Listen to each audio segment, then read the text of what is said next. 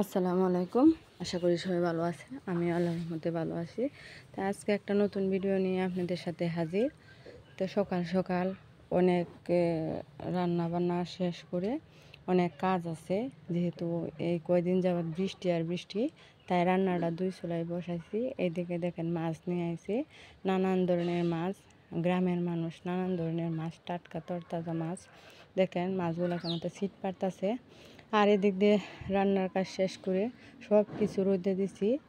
রোদ্রে দেওয়ার কারণ অনেক দিন যাবৎ বৃষ্টি আর বৃষ্টি, প্রায় বৈশাখ মাস থেকে বৃষ্টি এক লাগাতে বৃষ্টি আর বৃষ্টি, তাই সব কিছু যেন গরম হয়ে গেছে, তাই সব রোদে দিলাম। এদিকে মাছ কাটটা একটু শুকাইতে দিছি,